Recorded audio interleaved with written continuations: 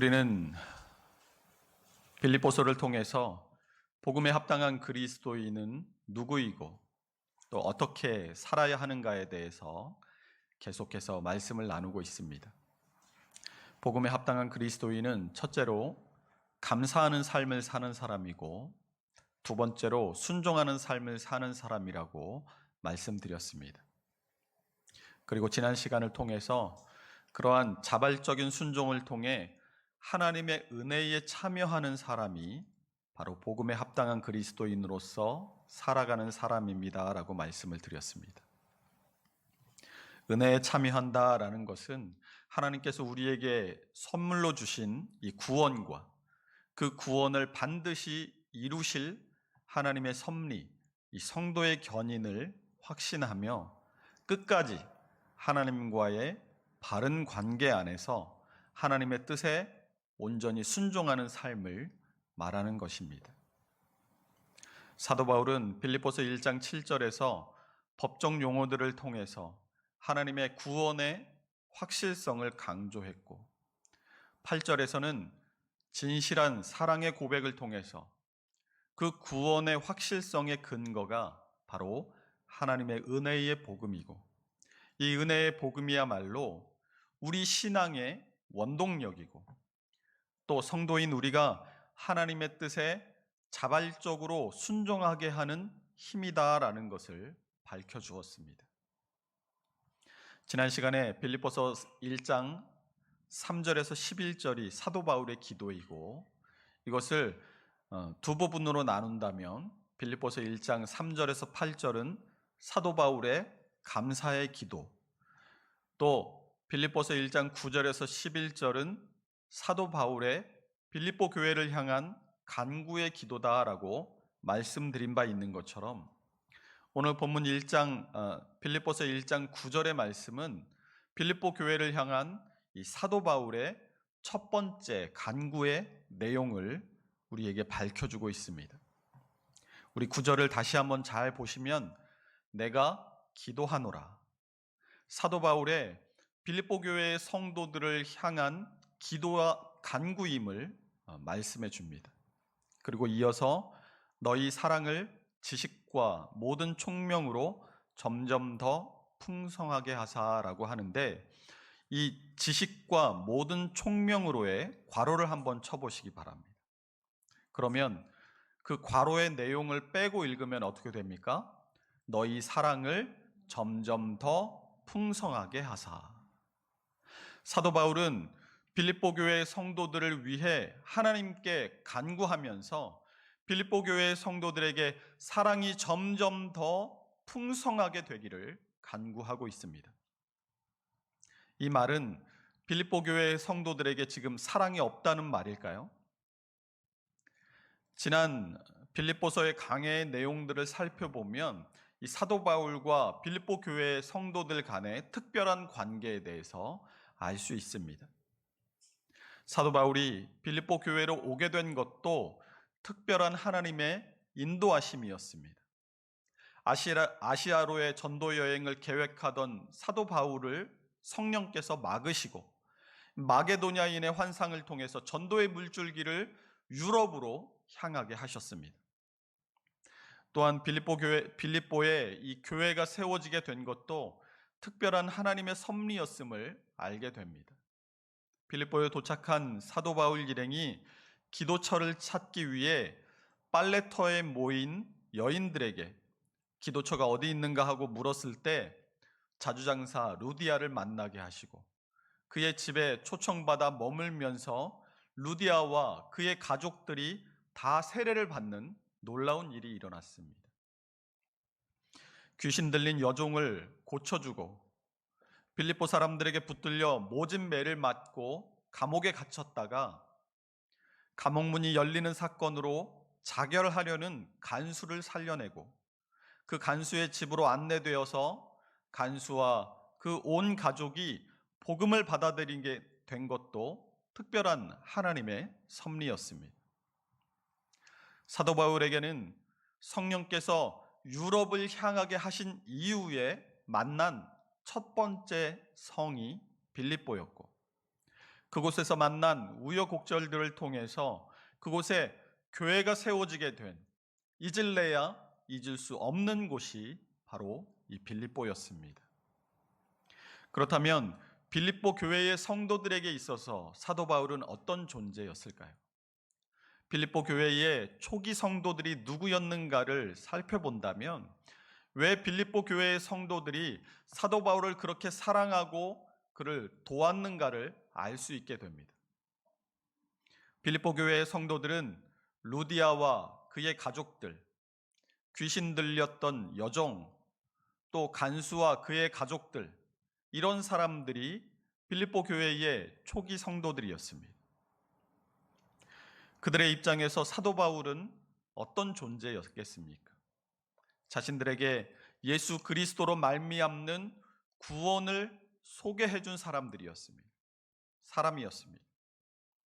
귀신이 들려서 아무런 소망도 없이 고통스러운 삶을 살아가던 인생을 그 인생의 저주에서 노임받게 해준 사람이었습니다. 죄인들을 지키지 못해서 이제 죽음을 선택할 수밖에 없었던 간수에게 살아갈 길, 살아갈 소망을 준 사람이 바로 사도 바울이었습니다. 이렇게 더 이상 삶의 소망이 없던 이들에게 예수 그리스도로 말미암아 다시 살아갈 힘과 용기를 갖게 해준 사람이 바로 사도 바울이었던 것입니다.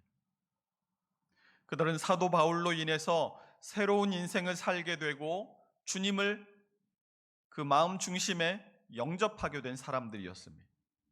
그러니 이들이 얼마나 사도 바울을 사랑하고 그를 돕기 위해 애를 썼겠습니까? 그럼 빌립보 교회의 성도들을 향해서 사도 바울이 간구하는 첫 번째 기도가 사랑이 점점 더 풍성하기를 빌고 있는 것입니다. 빌립보 교회가 사랑이 없어서입니까? 빌립보 교회는 다른 교회들마다 더 사랑이 많은 교회였습니다. 우리 고린도후서 8장 1절과 2절 말씀을 함께 읽어보도록 하겠습니다. 형제들아, 하나님께서 마게도냐 교회들에게 주신 은혜를 우리가 너희에게 알리노니 극심한 가난이 그들의 풍성한 연보를 넘치도록 하게 하였느니라. 아멘. 이 말씀은 이 마게도냐의 교회들, 그러니까 이 유럽의 첫 성인 빌립보와 데살로니가 교회, 베레아 교회 등 이런 유럽으로 들어가는 관문에 있던 교회들을 말합니다. 이 이방의 교회들은 예루살렘에 기근이 들자 예루살렘 교회의 가난한 성도들을 위해서 구제 헌금을 모아 보냈습니다. 이러한 이방 교회들의 헌신을 사도 바울은 마게도냐 교회들에게 주신 은혜라고 표현하고 있는 것입니다. 사도 바울의 3차 전도 여행, 즉 소아시아를 거쳐서 예루살렘으로 돌아가는 이 전도 여행의 목적 중 하나도 이 마게도냐 지역의 교회들이 헌금한 구제비를 예루살렘 교회에 전달하기 위한 것이기도 했습니다. 빌립보 교회가 그러한 사랑을 베푼 것은 그들이 경제적으로 넉넉했기 때문이 아니었습니다. 당시 마게도냐 지방은 정복자였던 로마 제국의 압제와 내전 때문에 이 정치적으로 환란과 시련 가운데 있었습니다. 거기다 예루살렘에만 기근이 있었던 것이 아니라 이 마게도냐 지방에까지 미친 기근 때문에 경제적으로도 정말 어렵게 극한 가난의 시기를 통과하고 있는 중이었습니다. 방금 읽었던 고린도후서 8장 2절에서도 환란의 많은 시련 가운데서 그들의 넘치는 기쁨과 극심한 가난이 그들의 풍성한 연보를 넘치도록 하게 하였다라고 바울이 말한 이유가 바로 여기에 있습니다. 이처럼 빌립보 교회가 다른 교회들보다 사랑이 많은 교회였다라는 것은 사도 바울이 개척한 교회 가운데 아무도 사도 바울의 사역을 돕기 위해 선교비를 보낸 적이 없지만 이 빌립보 교회만은 사도 바울의 사역을 돕기 위해 선교비를 보냈을 뿐 아니라 예루살렘 교회에 기근이 들어 어려움에 처했을 때 예루살렘 교회를 위해 연보를 모아 전달했다는 사실만으로도 알 수 있게 됩니다.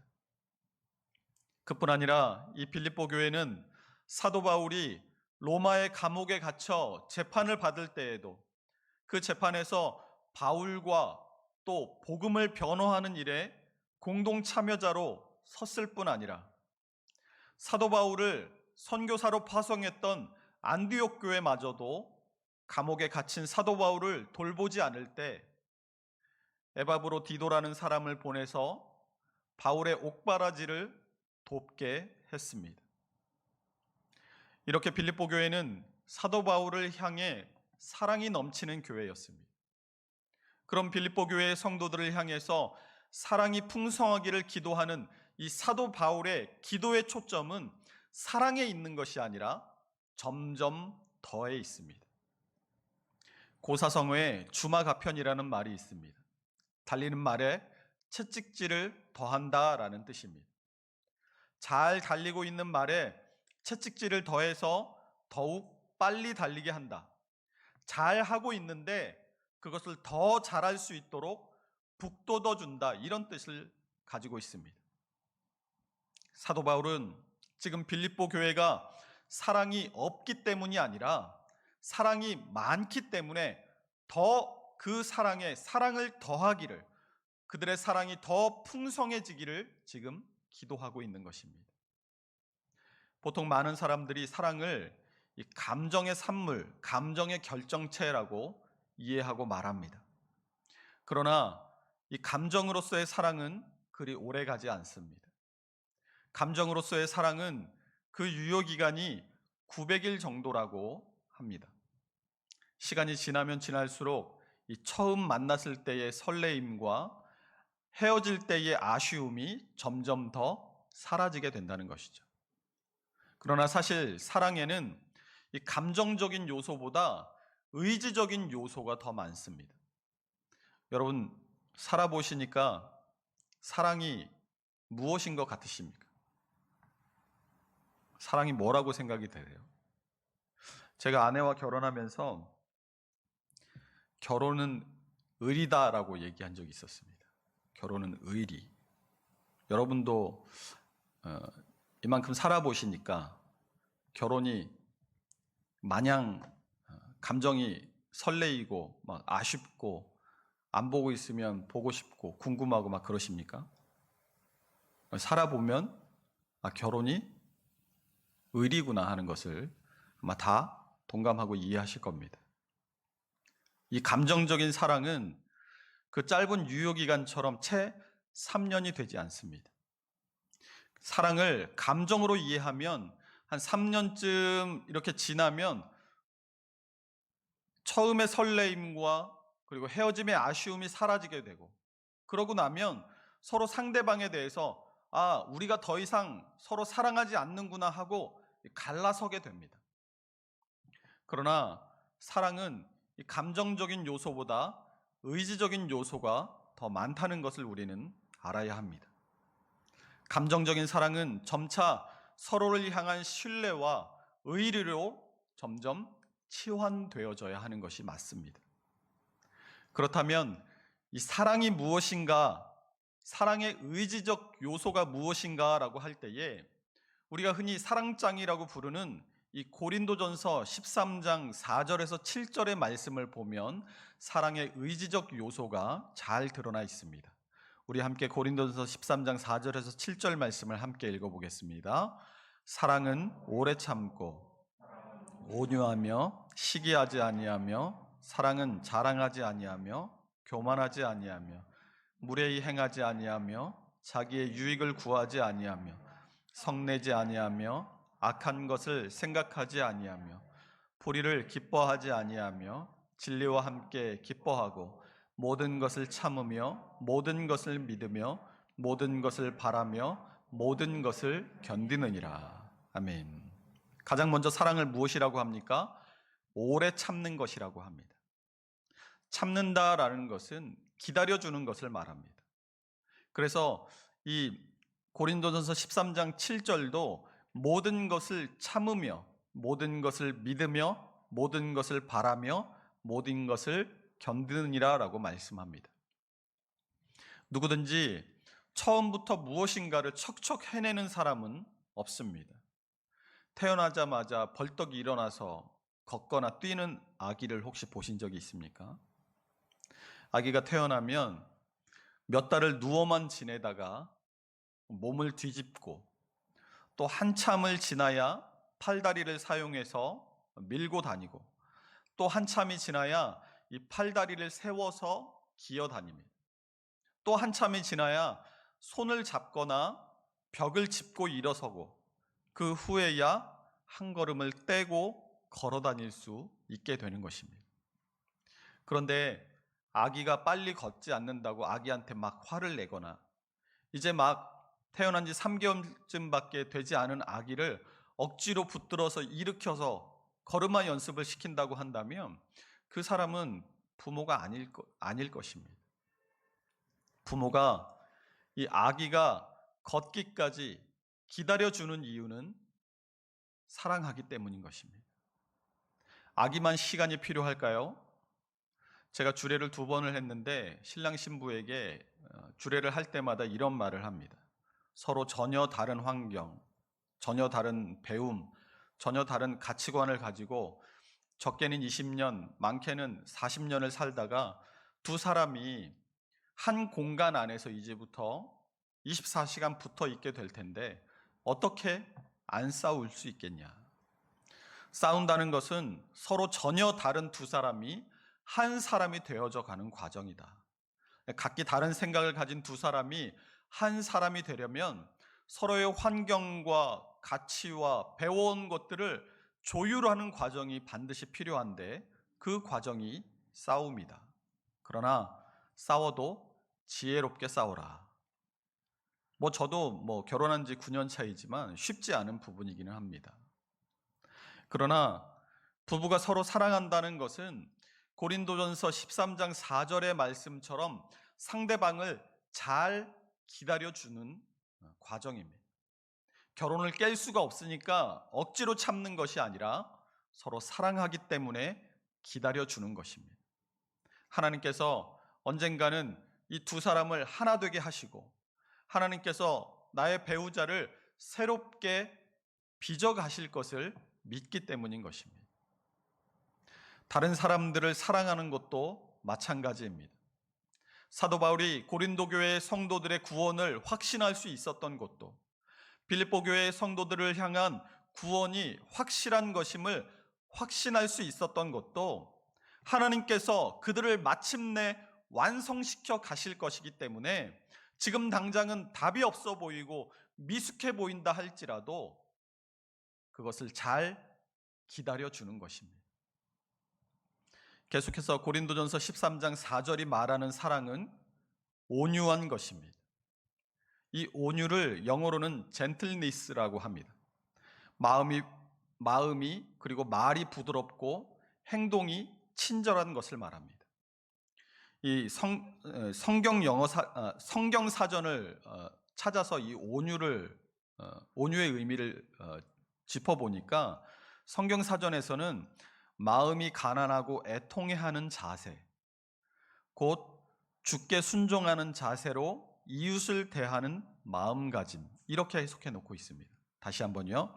마음이 가난하고 애통하는 자세, 곧 주께 순종하는 자세로 이웃을 대하는 마음가짐, 이것이 성경이 말하는 온유이고 또 성경이 말하는 사랑의 의미라는 것입니다. 그러니까 사랑한다고 말하려면 어떻게 하라는 말입니까?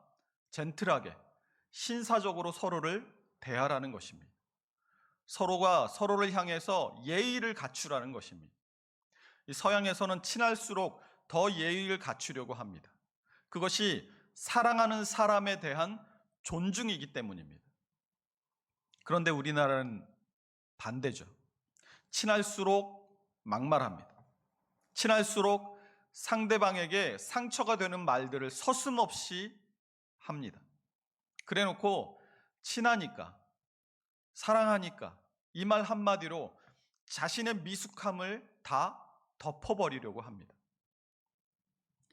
계속해서 전서 13장이 말하는 사랑은 이 13장 4절 하반절에서 5절 상반절에 보니까 시기하지 아니하며, 사랑은 자랑하지 아니하며, 교만하지 아니하며, 무례히 행하지 아니하며, 자기의 유익을 구하지 아니하며. 이게 다 통틀어서 뭐 하지 말라는 겁니까? 비교하지 말라는 것입니다. 시기도, 자랑도, 교만도, 무례히 행함도, 자기의 유익을 구하는 것도 다 비교 의식에서 나옵니다. 그러므로 사랑한다라는 것은 그 사람을 다른 누구와도 비교하지 않는 것입니다. 우리가 비교하는 그 사람은 누구입니까? 우리가 우리의 입에 올려서 다른 사람과 비교하면서 열등감을 가지게 하고 열등감을 주는 그 대상은 누구냐 하는 것입니다. 그 사람은 하나님께서 사랑하셔서 선택하시고 예수 그리스도께서 나만 위해서가 아니라 그 사람을 위해서도 피 흘려 구원하여 주신 특별한 사람입니다.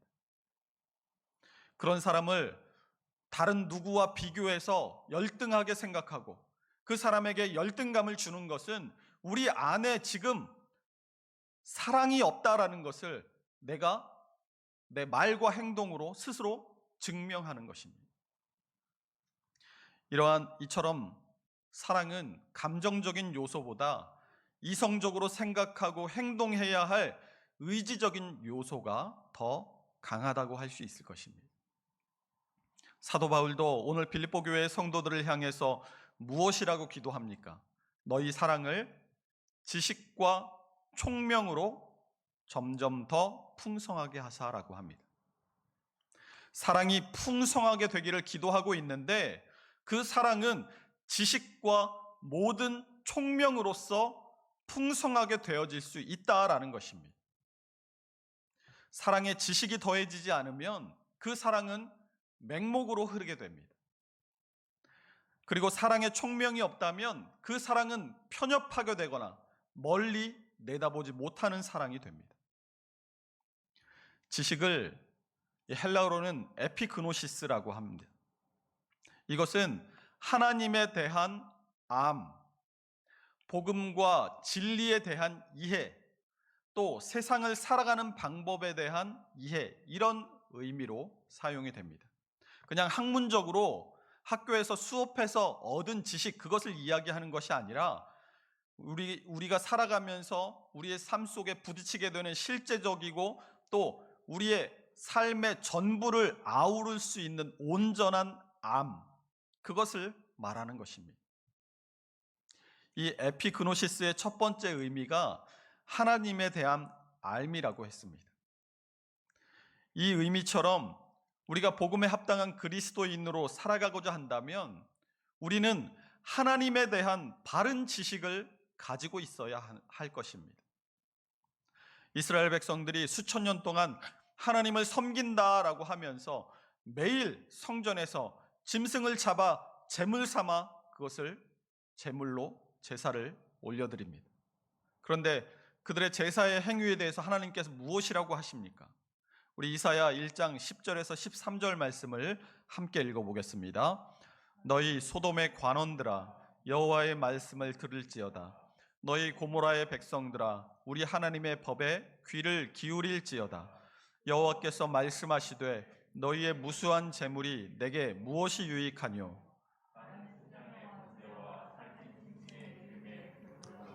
나는 수송아지나 어린 양이나 순념소의 피를 기뻐하지 아니하노라. 너희가 내 앞에 보이려 오니 이것을 누가 너희에게 요구하였느냐? 다만 내 마당만 밟을 뿐이니라. 헛된 재물을 다시 가져오지 말라. 분향은 내가 가증히 여기는 바요. 월삭과 안식일과 대회로 모이는 것도 그러하니 성회와 아울러 악을 행하는 것을 내가 견디지 못하겠노라. 이 10절에 보면 우리 하나님의 법에 귀를 기울일지어다 라고 말합니다. 하나님의 말씀을 알지도 못하고 하나님의 말씀을 이해하지도 못한 채 끊임없이 태워드리는 제사를 헛된 제물이라고 말씀하십니다. 하나님의 뜻과는 전혀 동떨어진 아무런 의미 없는 제사 행위를 하나님께서 싫어하시고 받지 않으시겠다라고 하십니다. 또 호세아 6장 6절은 나는 인애를 원하고 제사를 원하지 아니하며 번제보다 하나님을 아는 것을 원하노라라고 말씀하십니다. 인애를 원한다라고 말씀하시는데 인애가 무엇입니까? 인애는 조건 없는 사랑을 말합니다. 그러니까 하나님을 아는 것, 하나님에 대한 지식으로 충만해져서 하나님을 하나님으로 사랑할 수 있는 사람, 샤머니즘이 하는 것처럼 맹목적으로 정한수 한 그릇 떠놓고 빌듯이 하나님을 그렇게 사랑하지 말고 하나님께서 내게 베푸신 것이 과연 무엇인지를 분명하게 알고 배우고 그것을 통해서 하나님을 알므로써 사랑하는 사람이 되라라는 말씀인 것입니다. 바른 신앙이란 그래서 하나님에 대해 알아가는 것입니다. 하나님이 어떤 분이신지, 하나님이 내게 행하신 일, 지금 그리고 나에게 하시는 일들, 장차 우리에게 해주시는 일들이 무엇인가를 알아가는 것이 바른 신앙이라는 겁니다. 그래서 하나님께서 원하시는 것이 무엇인지를 분별하고 하나님께서 기뻐하시는 뜻을 내 삶을 통해서 이루어내는 것이 진정한 하나님 사랑이요 바른 신앙인 줄로 믿으시기 바랍니다. 이 두 번째로 살펴볼 것은 총명입니다. 사도 바울이 빌립보 교회의 성도들을 향해서 기도할 때 너희 사랑을 지식과 모든 총명으로 점점 더 풍성하게 하사라고 기도합니다. 이 총명은 아이스테시스라고 합니다. 이 말은 통찰력이라고 번역되기도 하고 또 안목이라고 번역되기도 했습니다. 이 총명을 한자어로는 이 총을 귀밝을 총을 씁니다. 그리고 명은 밝을 명입니다. 한자어대로 풀이한다면 이 총명은 남의 얘기를 잘 들을 줄 아는 능력을 가진 사람, 이런 뜻입니다. 우리가 나이가 들수록 남의 얘기를 잘 들으려 하지 않습니다. 나이가 적었을 때는 총명하던 사람도 나이가 들어서 어리석은 사람이 되는 이유는 남의 얘기에 귀를 기울이지 않기 때문입니다. 나이가 들었어도 총명을 잃지 않는 사람은 주변에 한번 생각해 보십시오. 나이가 들었음에도 총명을 잃지 않는 사람은 남의 말에 귀를 잘 기울이는 사람입니다. 남의 얘기에 귀를 기울일 줄 알아야 다양한 정보를 얻게 되고 그런 다양한 정보가 바탕이 돼서 그 정보를 내 안에서 취할 것은 취하고 버릴 것은 버리면서 바른 판단을 내리고 말하고 행동할 수 있게 되기 때문입니다. 그러니까 총명이란 쉽게 말해서 세상 일이든 영적인 일이든 무엇인가를 결정해야 할 상황에서 적절하게 판단을 내릴 수 있는 역량, 그것을 말하는 것입니다. 제가 목회를 위한 기도의 제목들을 놓고 기도할 때 늘 겸손한 목회자가 되게 해달라고 기도합니다.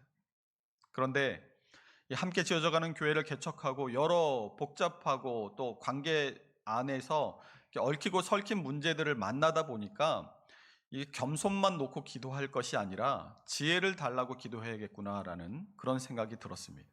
그래서 겸손한 목회자가 되게 해주세요라는 그 기도 제목 옆에다 괄호를 쳐놓고 바른 판단력을 주옵소서라고 적어놓고 기도하고 있습니다. 이 총명이 하나님께서 주시는 은사이기 때문에 그렇습니다.